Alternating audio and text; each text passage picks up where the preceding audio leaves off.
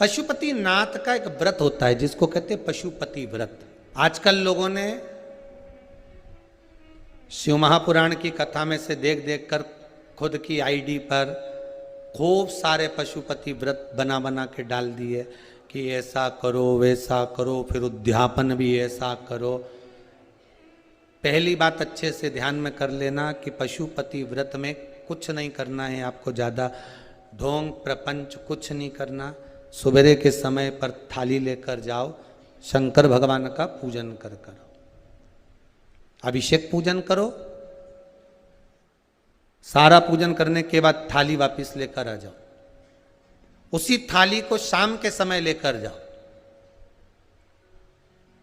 शाम को फिर थोड़ा सा बाबा को समर्पित करने के लिए कुछ मीठे का प्रसाद जिसके 3 हिस्से हो जाएं, 6 दिए घी के बाबा को समर्पित करने के लिए लेकर जाएं, भगवान को बेलपत्र समर्पित करने के लिए लेकर जाएं।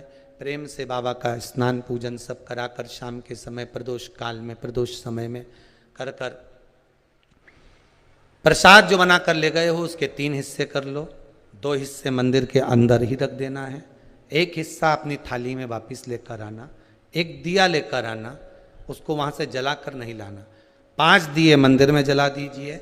जब दीप 5 पंचानंद भगवान शिव के लिए समर्पित कर रहे हो तो 5 दिए जलाते समय पहले दिन ही अपनी कामना कर लेना कि मैं इस कामना से पशुपति व्रत कर रही हूं। बाबा आप इसे स्वीकार करना। पशुपति व्रत जिस मंदिर पे पहला व्रत होता है उसी मंदिर पर 5 व्रत होते हैं, मंदिर नहीं बदला जाता। अगर मायके जाना है तो वापिस आकर करो, पर पशुपति व्रत ये नहीं कि मैं मायके में एक कर लूंगी या वहां जाकर एक कर लूंगी, ऐसा नहीं होता।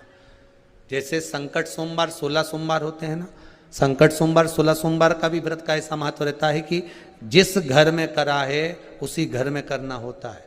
ये नहीं कि किराए के मकान में रह रही हूं तो मैंने किराए का मकान बदल लिया है, अब बदला मकान में पहुंच गई तो एक व्रत वहां कर लूंगी। नहीं नहीं, उद्यापन तक उस मकान में तुम्हें रहना पड़ेगा जिस मकान में तुम रह रहे हो। तो हाँ, तो व्रत का मतलब।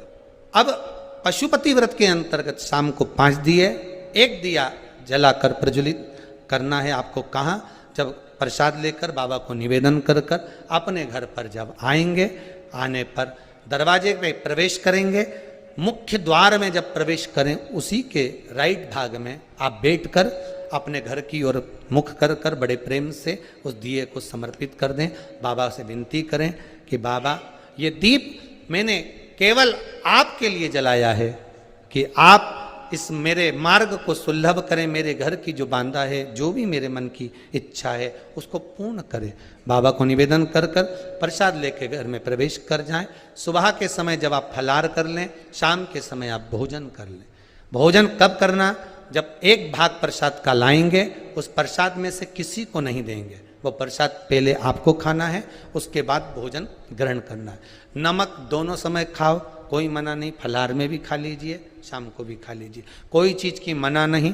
बस बाबा का स्मरण करो। 5 व्रत पूर्ण हो जाए। 6ठे व्रत में कुछ भी 108 सामग्री लेकर जाओ, चाहे मूंग लेकर जाओ, चाहे चावल लेकर जाओ, चाहे बेलपत्र लेकर जाओ, चाहे 108 मखाने लेकर जाओ, चाहे तुम्हारी मर्जी पड़े जो लेकर जाओ। 108 पुष्प ले जाओ, श्वेत पुष्प ले जाओ, रक्त पुष्प ले जाओ, जो तुम्हारी मर्जी पड़े, पर 108 लेकर जाइए।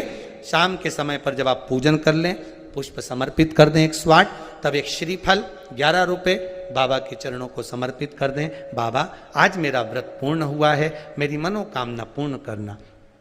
मुझे विश्वास है 5 व्रत भी पूरे नहीं होंगे, 2 या 3 व्रत में ही बाबा आपका कार्य कर देगा। पर प्रेम से करना, विश्वास रखकर करना, भरोसा रखकर करना, अहंकार नहीं। जितने पशुपति व्रत करो आप, उसमें अभिमान को त्याग दो। शंकर जी के दरवाजे पर जब सुबह जाओ ना तो पहले अहंकार छोड़ कर जाइए। पशुपति व्रत आप जब करें, भगवान शिव को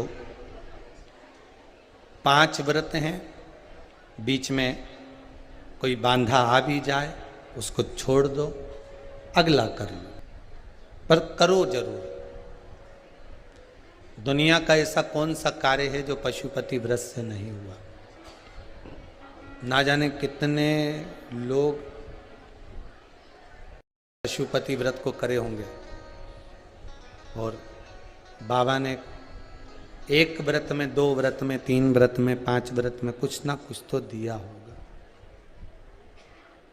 अगर बाबा मान लो तुम्हारी कामना पूर्ण नहीं भी करता तो मन की शांति तो दे ही देता है। हृदय की शांति तो मिल रही है ना। बहुत उस भगवान शिव का नाम पशुपति नाथ पड़ गया। समय